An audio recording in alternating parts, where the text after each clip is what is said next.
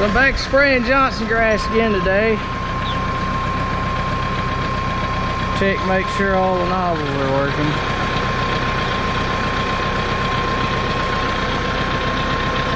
Not clogged.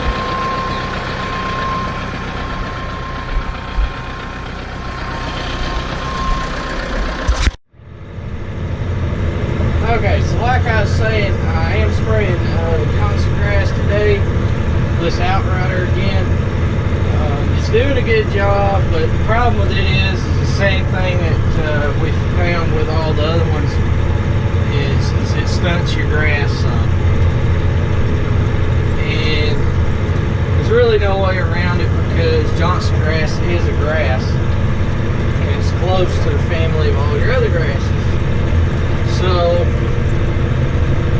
it's hard to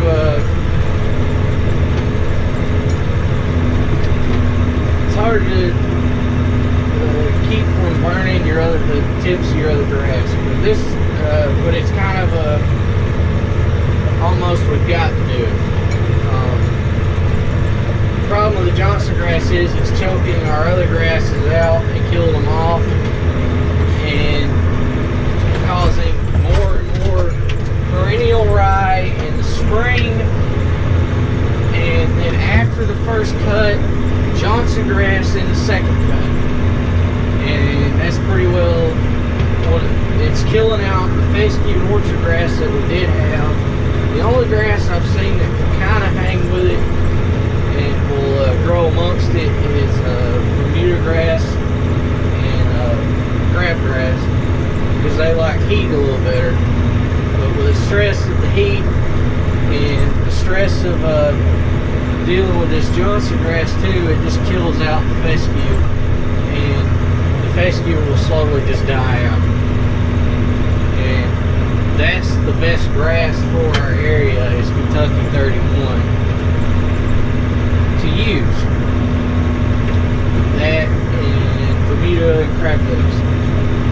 And also springtime you can do good with orchard grass, but come summertime it's just too hot for it, and it'll just be a spring grass for you. Now the only other way I know to kill out Johnson grass without using one of these brand killers that kills it is a wick sprayer. I have one that goes on front of my four-wheeler, and I've only ever done it in small scale. I don't know how one would be on the front of a tractor wick sprayer, but you can kill this stuff with one of those. It makes up Roundup to go in the wick sprayer, and as you drive over it, it'll hit the wicks and just brush Roundup off onto the Johnson grass and just kill the Johnson grass. Now the problem I ran in with my four-wheeler doing that, obviously I'm not doing a whole field like this. I'm just doing it as a controlled deal. If there's a few pods that comes up, I can run over it real quick with that and hit it. The problem I found with the wick sprayer, the ones on large tractors may be different, is when you're using the wick, if you got a real thick thing of it, even if you make multiple passes over it, after it hits the first few plants, the wicks will get almost dry. There won't be enough being put on the plant to do what it needs to do. So you wind up and you have to come back a few times going over it to finally kill it all. And it's a pain. That's the only other way I know to kill it. We've tried everything, grazed cattle on it, you name it, we've tried it. I know plenty of people that's plowed their whole fields up, sprayed it with Roundup, plowed the whole thing up, re-sowed it, everything, and it still comes back. Doesn't matter what you do, it'll still come back. So the only way to get rid of it is this. And this, you have to do it 2 years in a row to finally get it out. And then after that, you'll probably have about 4 years, 3 to 4 years without a whole lot. There'll probably be some sprigs come up, and then you're gonna have to do all this all over again. It's a nightmare. But I'm hoping to be done spraying soon completely. The trailer, I am gonna dismantle it. I gotta get those tanks off because I need that trailer again to use haul stuff with. And it's handy because it's little. So I'm gonna pull the tanks off it, put them in back in the barns, and I'm gonna go back using it to haul stuff with. And then next spring I'll remount everything back on it. It just all sits down on it, and that's it. It's really, I made it where it's real easy to take it all off and not be that big of a deal.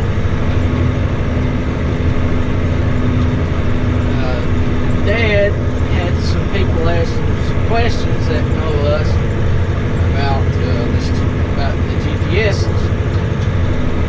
I haven't ever told before what this thing. I don't think I've ever told what it costs on here and everything, but it is paying for itself. Just the amount of spray I'm saving going across the field without any overlap or anything is saving a lot of money. And then it saves time, it saves tractor fuel, it gives me an accurate reading on how many acres I'm covering with the chemical I'm putting down, so I can get a better mixture and applying the chemicals more accurate rate to where it's supposed to be at than doing it without one. Just the benefits are sky's the limit. And then this year, when I fall, I'm going to use this thing with the grain drill to keep up with acre stuff. The acre meter on that drill don't work, and to keep up with acres I'm sowing and everything, I'm going to use this GPS. Now I don't need a GPS to sow seed for guidance. It would be nice to have auto steer, because then I could just sit here and ride and not have to worry about steering it up. But I can't. That's way off in the distance before I ever even thought about anything like that.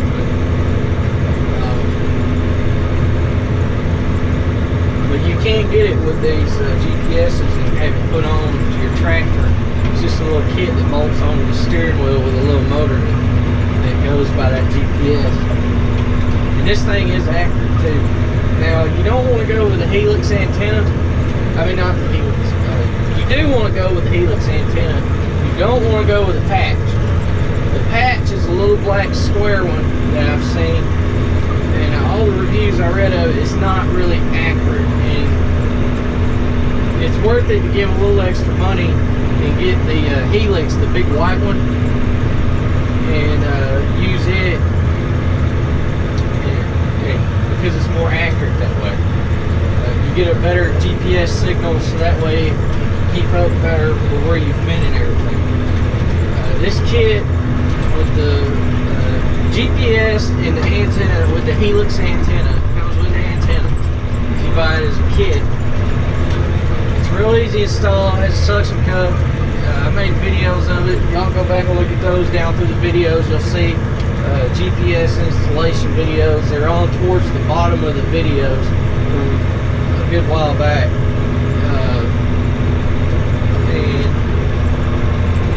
And it's really easy to install. It's basically like hooking a TV cable up to the back of your television from the antenna to the back of this GPS. Then you have a cigarette lighter plug-in. You just plug in a cigarette lighter and a cigarette cord if you have one in your tractor. You can easily put one in your tractor. If you don't have one, you just go to the local parts store and get a car accessory one, and they'll have like a red and black wire. And you just run a red and black wire from wherever you want to mount it all the way to your battery and put it on the positive and negative of your battery, and then you're set for a cigarette lighter cord in your tractor. That's what I did. And you just stick it in, you plug it in, and then you can take this GPS and you can put it in any tractor as long as it's got a cigarette board and you have the steel plate. It comes with a steel plate too to make it easy to do this, and you can buy more of these plates. I'm actually thinking about getting one to go on the 4610, so that way if I want to still seat with it this fall, I can put this GPS in the 4610 without any trouble. The plate is just a square steel plate, and it has this 3M adhesive tape on the back of it. It sticks to the top of your cab, and you mount it right in the center of the cab, and it sticks right on it. It's real easy. And the antenna has a magnet, a really heavy duty magnet on the bottom of it, and you just stick the antenna down that plate after it's mounted, and it'll stay there. I mean, y'all been seeing me run this tractor all this time. It hasn't moved or done nothing. I even hit it with a limb on a tree, and it barely moved about an inch off that plate. I stepped up on the tire and I moved it back. And that was just one time. That was my fault, because I forgot that thing was up there. Now, when you get done with it, you take it off. You just reach up there and undo your cable, and you pull your cable back down here inside the cab, tie it to this bar over here on the side, and then you take your antenna and you put it up in your house or wherever you got it out of the weather for the winter, every other time you use it, so that way it's not getting extra wear and tear. Same thing with the monitor. You just unplug it, take it out if you want to. But it's made to where it's real easy to go from tractor to tractor with this thing. You get one of these, you're going to want a GPS with a screen like this, because you see how it's painted. The light green is what the pass I'm currently making. Well, with these lights that's up here, they're harder to follow, and if you're not careful, you'll get to watching them lights, and you'll be going back and forth, just turning left and right constantly. But with the screen and being able to see where you're painting, you can tell exactly where you've been, so that way if you do get a little bit over here, you can see that it's not that bad, and you can pull it back, and these lights will be flipping out all over the place. Now you can adjust the sensitivity of the lights, but then it won't, you'll be more likely to miss. Now I use both. I use the screen and the lights, but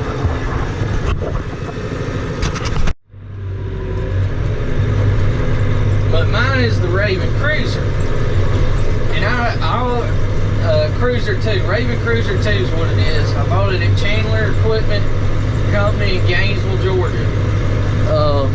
I'll say this about it.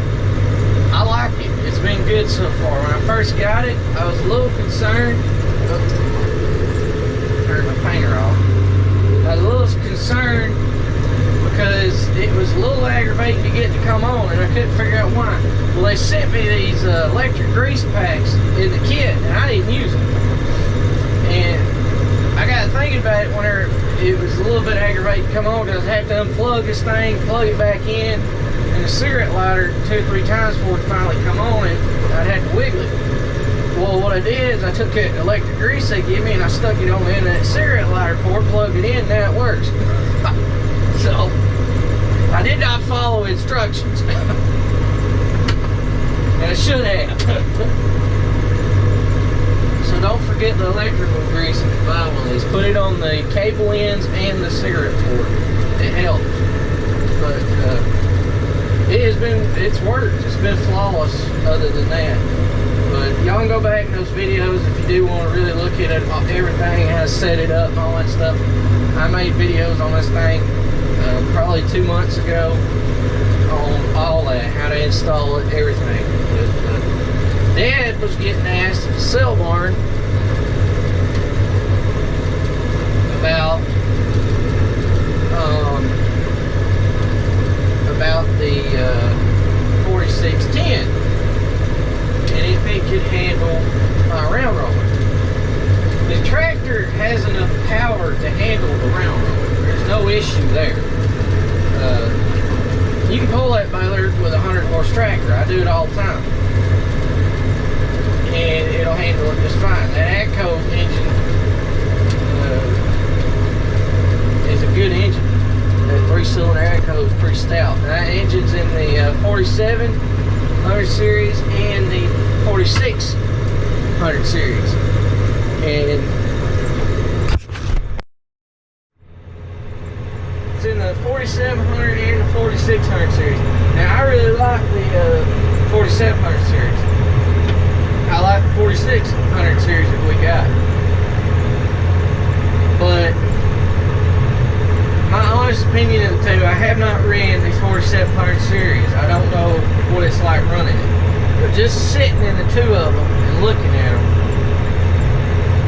if they'd had the 4700 series when we bought the 4610, we would have bought the 4700 series. I mean, just the cab alone is enough reason to buy that tractor over the 4600. And I like the 4610 that we have. That is a good little tractor for the money and everything to use. But the cab is quieter than that other one. It's laid out like this one. It's nice and roomy and comfortable in that tractor versus the 4610. And just that alone would make me want to buy the 4700 series. Now it also has more features inside the tractor. I don't know what the pricing is on those, but I've heard they're pretty close as the 4610 series. And if they are, I mean, man, it'd be crazy to buy a 4610 when he could buy a 4700 series. It's the same tractor, except it's got the better cab mounting on top of it, and it has a heavier front axle. Now, I think the 47 is like this one. It has this style. They both have the same front axle, or same style front axle. I don't think it has the turning radius that the 4600 series has, because it has that other style axle. I can't remember the name of it. Design, or it'll turn deeper. But I mean, for a tractor that size, I don't know, I've kind of got used to these four-wheel drives, and I don't want a two-wheel drive. Now my grandpa, he would love having a two-wheel drive, but I really don't see the benefit of having a two-wheel drive anymore. Yeah, you can turn sharper with them, but with all the equipment we have, it's all so big now. You don't need to turn that sharp. So, but I don't know. I would drive one, try them out, see what you think. They're both really good tractors, but if I was going to the dealer to buy that size tractor today, I would buy the 4700 series. But they were asking Dad if the 4610 could pull my baler. You could pull the baler in a situation where, say this one went down and I needed a backup. I could pull it with a 4610, but the weight difference, that big baler behind that tractor, it is a compact utility tractor, so it's lighter than a tractor that's a full mid-size tractor like this one. So you're the chances you get pushed and turned sideways or something flipping is a lot higher than this tractor. There's a big weight difference. I would not recommend pulling the cloths with the 4610 unless you are on bottom ground, or if it's a situation where you need a backup tractor and just doing it every now and then. I would not recommend doing that all the time. The 4700 series, I think you'd be okay pulling the cloth baler with that tractor. With the 4710, it will take 100 horsepower at least to pull that baler. I think you'd be okay pulling it with that cloth baler if you have a weight kit in the back. Without the weight kit, I don't know if I want to. If you're in a lot of in a lot of hilly ground, if you're on bottom ground, you'd be fine just the way it is. But if you're in a lot of hilly, mountainy ground and you have some areas that's really steep like we do, no, you need preferably you need a 5700 mid-range tractor like this one is. But if you can't afford that, you can probably get by with a 4710 with a weight package. I would would not go with water in the tires because those have radials, and with water in the tires, you are looking at a lot rougher ride because water does not give like air. But with weights, they'll still have air in your tires, and it will smooth out the ride a lot better. Now, I don't know how those tractors ride. They probably, I'm sure they ride good. This tractor here rides good, but it has water in the tires, and these are Michelin radial tires. And radials are already stiffer than regular tires. So when you add water to it where they won't give none, it does make the ride a little rougher. So I would go with weight package over water if they do have radials. Now if they don't have radial tires, obviously water is a lot cheaper and you can go that route. But this one has water in the rear tires and they're a radial. I wish it had a weight package, but it don't. And that way I can take the water out. But as heavy as this thing is, it really doesn't need it. But it came this way when we got it. But honestly, if you're baling a lot of hay, you need to get a 5700 series tractor. Just plain and simple. You need a 5700 series mid-range tractor like this one. They're more comfortable, they're safer, they're heavier, they can take the work every day, and beating on them constantly, and they'll last a long time doing that. They're more money, but at the end of the day, you're a lot better off if you can afford it. But I highly recommend 50. I haven't driven a 5700 series tractor, but I have run a 5600, and I have run this 5400, which I'm sitting in. And these tractors are second to none in my opinion.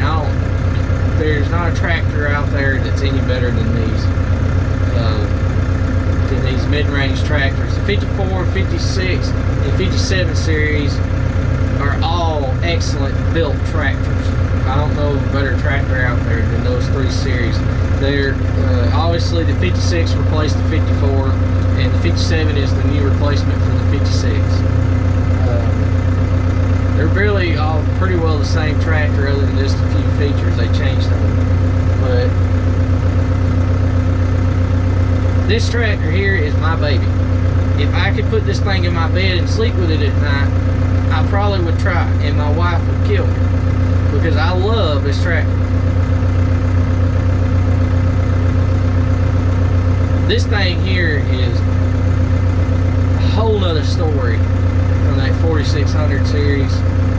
I like the 4600 tractor we got. It's a good tractor for the money and everything, but this is a great tractor.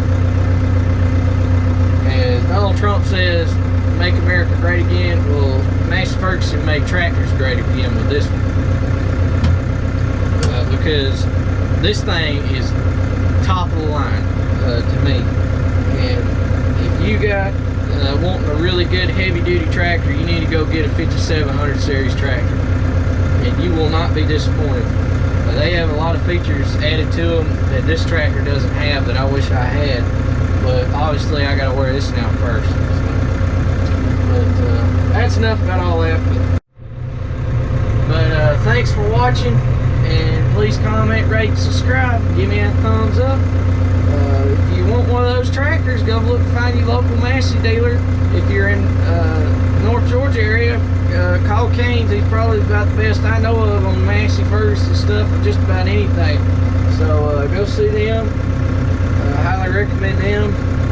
And I'm telling y'all, if you get a 5700 series tractor, you will not be disappointed with that tractor.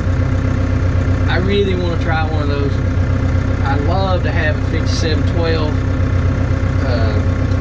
but obviously we can't afford it, so it is what it is. Thanks for watching. Please comment, rate, subscribe, give me a thumbs up. See y'all later.